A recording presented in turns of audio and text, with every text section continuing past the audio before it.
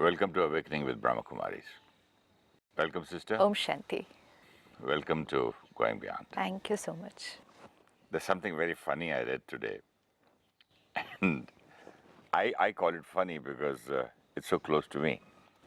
It looks as if somebody's written something after meeting me. Really? Yeah. Says, most of the time, the conflict is perceived in the mind. This is okay. How many times have you expected your secretary to pick up the folders from your desk and file them away? And then at other times, you want her not to touch them, since you have neatly sorted them and will want to look at them the next day. You expect her to be your mind reader, and when she doesn't do as you mentally expect her to do, there is a conflict. These kinds of situations create a lot of unnecessary thoughts, which result in ill feelings and negative attitudes. Next, very important.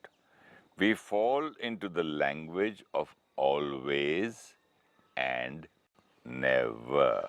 Always and never. We are so frustrated that the people around us have not learnt the art of mind reading that we accuse them of always disrupting our work or never doing anything around here. I laugh at it because I do the same thing at home. I tell my staff something someday, something someday. Yeah, but it is so easy to sit and laugh at it now. And because right now we're not in the situation. Yeah. And which means that actually, if we look at it in a detached perspective, it just appears funny. And not only funny, it appears unreasonable, that the person is behaving in a very unreasonable manner. And yet, when we are in the situation, nothing can be more real and nothing can be more logical. I'm sure now that you're reading it, it appears, how can anybody be doing this? But when you are in it, you feel that you're absolutely right. There cannot be anything more right. What is wrong in expecting one day for things to happen in this particular manner, and the next day things to happen in another manner? What's wrong in expecting this? And so while we're you doing don't even it, think about what is wrong or right. You just do that because, why did you do this? He said, because you did. But I didn't say that do it when guests are here. right, absolutely. I No, didn't tell you to do it at 9 o'clock. Otherwise also, if let's say something as simple as, I will have my dinner at 7 o'clock, so the people around should be prepared, and then when you are in that mood, you will tell them, 7 o'clock daily I should get my dinner here. And so they will program themselves, and they are accurate and disciplined. And then 2-3 days later, they will still bring the dinner accurately. See, if you see the other person's perspective, they're being very disciplined, sincere and hardworking. And then they get the dinner exactly at 7 o'clock. And that day you don't feel like eating at 7 o'clock. And so how would you react with them? Then I tell them, why didn't you ask me before placing the dinner? Yeah, but Can't do you tell them? Do you tell them the way you're saying it right now? No, I get angry. I say, who told you to give me dinner? At least ask me. And I'm sitting, I'm not far away. Yes. I'm just sitting in front of you. Right. Just ask me, are you hungry or something? And if they ask me, are you hungry? Didn't I tell you yesterday?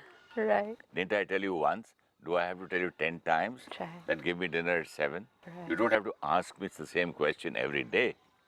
And the day they don't ask me. Why can't you even ask me? I'm not hungry. Either ways, we are not going to spare them, are we? And so if we see from the perspective of the other person, in this case the secretary or the staff, it could be anybody, it could be husband, wife, what do you think the other person goes through? Yeah, I try to take care of them later on. Later on, it's like breaking something and then trying to get it back together later on. And then most important is that thing breaks too often. It's not that it breaks just once in a while. So they get gifts too often, no? I was just reading the other day somewhere that psychologists say that on an average, approximately, that's what their research says, 17 positive statements are required to override the damage created by one negative statement. Oh, And when I read that, and 17. yeah, so they Positive. said the ratio is 17:1. And the article was about appreciation, and it says, do you appreciate people, especially children or like staff, 17 times more than what you criticize them? I thought it was 17:1 in the other way. It would be more of 17 times criticism and once in a while appreciation. So Yeah. look at what we are doing to people, and we see that the whole day. You know, when I Why read people? even with ourselves, I criticize myself too. and appreciate myself No, very, never. very rarely. 17. It's okay. You're learning. So the appreciation is not even very liberal. You know, appreciate liberally, motivate yourself. No, criticism is very liberal. It comes fast and flowing words or thoughts, and appreciation, very selected, 2, 3 words. Good job. And then with that, you can do it better next time. Because of the belief that just I am criticizing you for your good. Yeah, but It's then so clear. yeah, but then let's see what people around us who are researching the human mind, what are they telling us? And actually one is research and the other is experience. You know, even if you see parents or friends who are very critical in nature, it doesn't mean they don't love us. They really love us, and there have been times that they've been very, very, very nice to us. Very nice, and whatever we are today, it is because of all their love, care, and support. And yet, we don't seem to forget the harsh words. Never. We may have forgotten the beautiful words, but we don't forget the harsh words. But remembering, sister, while talking to you, I remember not the 17 times given appreciation by my parents, but that one Yeah, criticism. one criticism. That I remember very well, So clearly. even now it just shows that one, we are not moving in a 17:1 ratio. Definitely. We don't normally, most of us, are not appreciating people 17 times more than we criticize them. No. We do get criticism more often. And criticism just means a negative energy in the form of anger, irritation, something like this. Even if the appreciation is 17 times and criticism is once, even then we tend to remember that criticism and we say, they said this to me. Now, we really need to sit back and see that we don't need any research to tell us this now. It's our own experience that criticism is here more. And the only reason is criticism was taken by us to wound ourselves. It's like you give me 17 gifts and then you hit me once really hard here. Huh? And when you hit me really hard, there was a wound. It pained.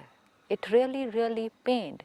17 gifts, or maybe 100 gifts, and one big wound here, and it pained. Which one will I remember? The pain. The pain. And which means how careful we will need to be in our interactions with people. And also because when we are hitting someone and it's causing pain to them, what about the pain it's causing to ourselves? How can that pain be created in myself when I don't even know that I'm creating a pain? When we're using harsh words, A lot of people don't know. They are so sure that they are doing this, disciplining the child. I'm doing it only for his good. He may be feeling bad now. Tomorrow, when I die, he will remember and say, yes, my father did so good for me. So when a person is so sure about something, the pain cannot be with me, no? the pain cannot be with me, but I'm using harsh words. But look, again, my belief. Belief is fine. So if there is my belief is Let's that say, I'm doing it for your good, no, let's say how I will take I a get knife. any? I take a knife. My belief is that knife is used for, knife is good for cutting. But finally, when I use the knife, and when I understand, now earlier I was not aware, but now I understand Yes. that the weapon, the sharp edge of that knife is first going to be in my hand. And so even if a knife is good, is needed for cutting, is my belief system, the first person I cut is me myself. Yeah, maybe So subconsciously. my belief says that the knife is needed. These people just won't learn without a knife.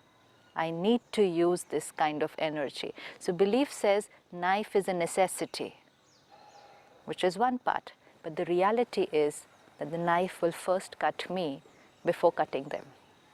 Yeah, I know someone who deals with a lot of truck drivers and who cheat them and they run away with things and all that, and they use the kind of business they do and the way they talk to them or behave with them is so painful to see, but they are so sure. They said you can't help it.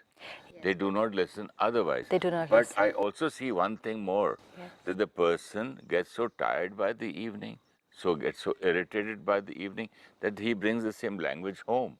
Not only the language, Yeah. the So vibration, what the I was asking energy. you, I have answered myself. And this you will find in a lot of places. Teachers trying to control children create a lot of stress, carry their stress home. You shout at children, it's going to hit here first. So when we say this weapon is needed for my profession or for my children or whatever, we will need to remember the damage that it does to the other people, more than that the damage is to me. And the reason is, like you said, this person who deals with truck drivers. Now, on an average, how many drivers in a day? Maybe 2 to 300. 2 to 300. Chalo. So now let's look at the proportion. One owner and 2 to 300 truck drivers.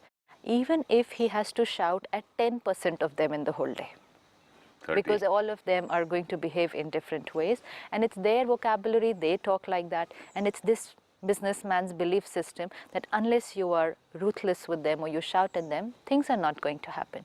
So even if he has to shout 20 to 30 times in a day, they get it only once. This person creates it 30 times, and which means he gets the energy 30 times while creating it and then transmits it. They get it once. Yeah, but 30 times from his side.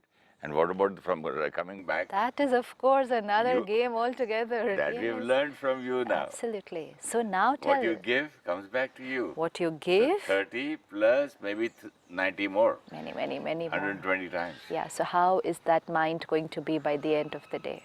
Totally depleted.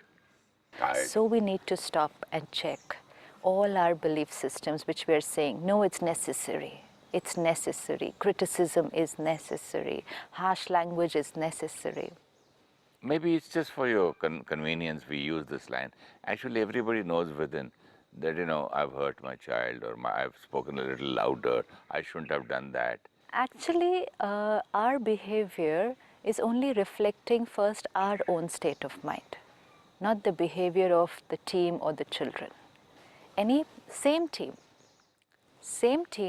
same children bring another set of parents or bring another leader. Same team. Let's say there is a team of 10 people. I normally see with patient doctors, it's very interesting.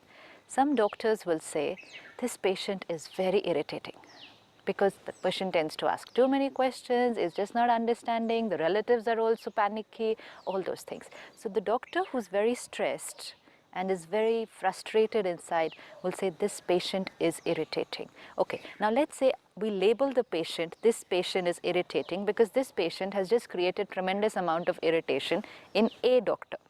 Now that means take the patient and take them to 10 doctors now. And so the same patient should create a amount of irritation in all the doctors, and that just doesn't happen.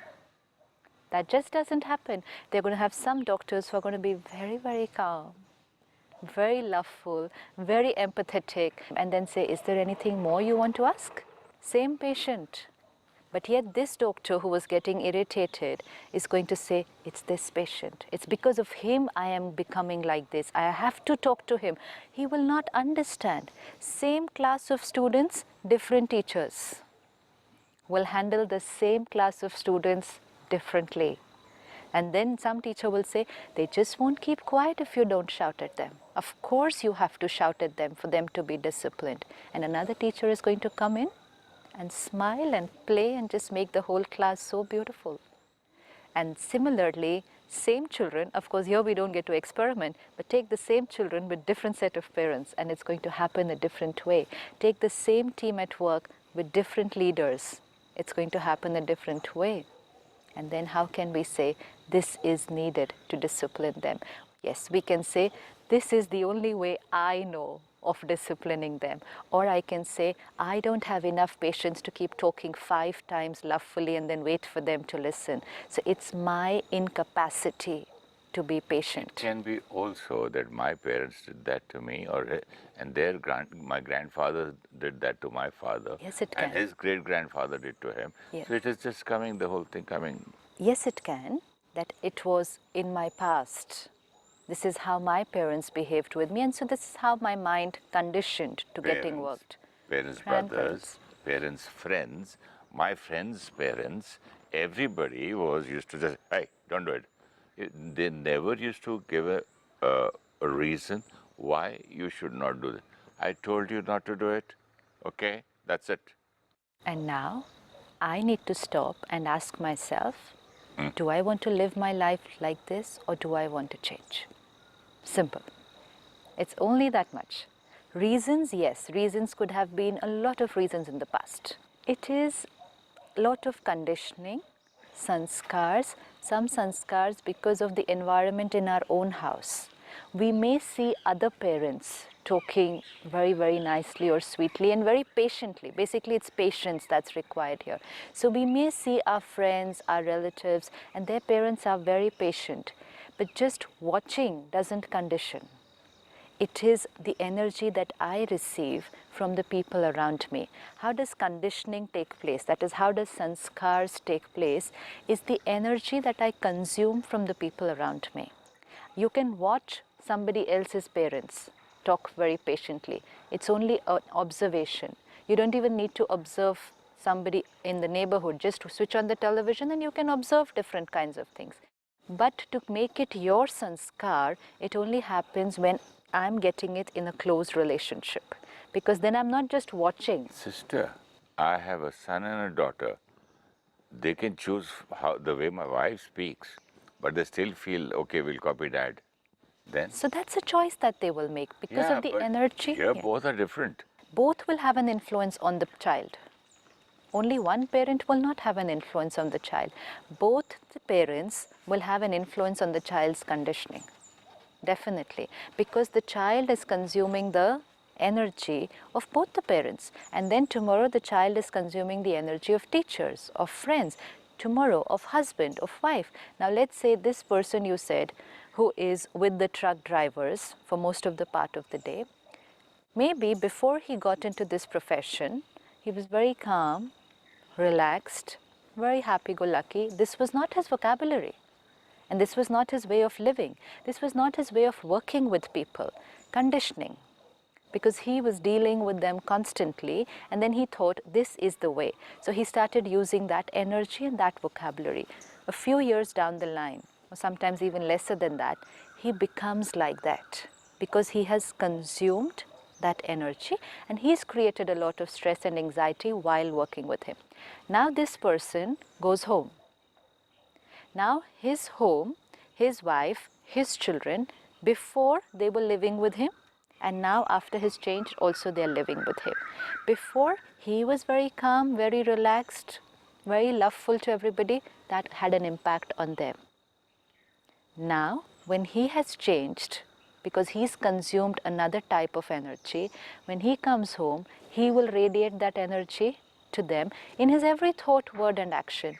And very soon if they don't protect themselves, they will be consuming that energy. So from the truck drivers to the boss, then from the boss home. Now when we see this, we normally see it in stories and behaviors. Oh, the boss shouted at the junior shouted at the wife. It's not just the shouting. It is a close interaction which we consume energy of the other person. So this boss is consuming this energy the whole day. He's creating and consuming both the things. And when he goes home, his wife, his children are going to be consuming that initially, and very soon they will be creating and consuming. Initially, the wife could be very peaceful, very calm, but the husband comes home stressed, shouted. She wouldn't know how to handle it if she doesn't protect herself. That's why protection, because we are dealing with a lot of kind of people, and if we don't shield ourselves, very soon we are going to be consuming a lot of energy. So now this wife of this businessman, if she doesn't protect herself, she will be consuming his energy initially. Initially, she's very peaceful. Stress is not her creation, but the husband is behaving in that manner, shouting, getting angry, irritated, snapping at her for small things, impatient. Change. Now she is consuming that energy. She's not taken care, so now she also starts getting stressed, and very soon she will be creating that energy also and consuming that energy. Now this lady goes to her children. Earlier she was with them very patient, very calm. Now she starts shouting at them for small things. And the children wouldn't know why the mother is behaving like this. She never was like this. And many of us look at people around us and say, why have they become like this? They were never like this. Why have they changed? And very soon the children wouldn't know how to deal with the mother. And they will create pain, fear. Why is my mother snapping at me like this? Maybe cry. Very soon they're consuming. And once they've started consuming, now they're creating and consuming. Cycle goes on. A link to a link to a link to a link. And which only means each one of us will have to develop a mechanism that we stop consuming other people's emotions. How do you protect yourself from this? See, when it's like an infection that we catch. One is I'm healthy, but I catch your infection. And once I catch your infection, then my immunity system crashes. And now once my immunity system crashes, my vulnerability to fall ill increases. Suppose you have jaundice, and when I meet you, I catch the infection and I get jaundice. So first I consume that illness. But now once I have started living with that jaundice for a few days, or probably 20 days, a month or so, my immunity system crashes. And now when my immunity system crashes, maybe 2 months down the line, I'll get typhoid. I didn't consume the typhoid from you. But the immunity is gone down. So it's first, maybe, sometimes we feel I'm fine, I'm stable, I'm strong, I don't get angry. But then what happens to me when I'm with so-and-so person? I'm okay with these 10 people. What happens to me when I'm with this person? Why do I get irritated? So which is a sign that maybe I'm not creating it, because if I was creating it, then I create it with everybody, because then it's my sanskar. But when we find ourselves doing that in just very few situations, with very few people, then we need to take care that at that time we are also consuming that energy. Maybe the person opposite to us is with very heavy energy. And so we first consume and then create. So now we need to take care while we are with those few people. Very often I've met people who would say, I'm fine, I'm absolutely fine, but when I'm with this person, I don't know why I get this jealousy feeling. I don't get it with anybody else. There can also be a reason that that person is creating the energy of jealousy when they are with you, and because we're not aware, it reaches us and we see it in the form of thoughts. And we don't come to know whether these are our thoughts or his thoughts which are touching me. And so let's take care that when we meet people, we need to protect ourselves so that we don't absorb the energy that is coming from there. One is absorb, one is reflect, third is transform the energy. How do I block it? By preparing myself. See, how would I get what you sent me? Because it comes from my side. Yeah. Sometimes I feel that, why am I thinking bad about this person? Exactly. This because happens. I don't even know whether it's coming from there. Yes. I have nothing against him. Why is this thought coming to me? And this will happen to you sometimes, that otherwise you won't think bad about him or ill about him. But when they come home, or you're sitting with them, you will suddenly start seeing those thoughts on the screen of your mind. And sometimes we would not like ourselves. That why am I thinking like this? I never think like this for anybody else. Take care. It's the arrow that is coming from the other side. But then I can't just sit back and say, okay, hit me. I'll have to close the door. which means next time before meeting them, one is, we're not aware, so the arrow hits. Now we are aware, so the next time before meeting them itself, we will prepare ourselves for the meeting. And which means I will keep my set of positive arrows ready before I meet them. They are very pure, powerful souls. It's a genuinely beautiful soul. Even if you're talking anything else, you're sitting and having normal conversation, business, family, internally let these arrows be on the screen of the mind. So if these arrows are on the screen of mind when I'm with that person, then these are more powerful than what they are hitting me with. And if my arrows are more powerful, then this which travels to me is finished midway. Positive is more powerful than negative? If I create it with awareness, it's very powerful. Sister, can't I do that while feeling it? Why wait till next time meeting him? Of course, if you're aware that time, just change it immediately. I've done that. Just change your thought immediately. But sometimes it just gets into a very fast, vicious cycle. So at least be aware the next time. It's like, let's take this husband back again home. Now, if the wife has seen this pattern happening over the last few days, now she needs to prepare herself. No more crying, no more getting upset, no more reacting to what this person is saying. I'm going to be prepared. In fact, I'm going to send the energy which will heal him also when he comes home. So when I send positive arrows, first I protect myself because I closed my door, so your negative doesn't reach me, but my positive reaches them. But protecting myself, that closing the door means sending him good vibrations. See, that's we all. cannot stop thinking, na? Nobody can stop thinking. Protection means you can't stop thinking. I'm sitting here with you and you're sending me a lot of negative energy. And sending me negative energy means you're thinking something negative about me. So you can't do anything, it's just coming. Those arrows are just traveling towards me. Either I move away, and even if I move away, if your arrows are very powerful, they're going to come to me even if I'm in America. So that's another story. But one, I get up and move away because I say, I just can't sit next to them. It's very heavy energy. So either I move away. But you can't move away from everybody. So I have to be here. How do I protect myself? I can't stop thinking. I can't stop your thoughts. They are coming.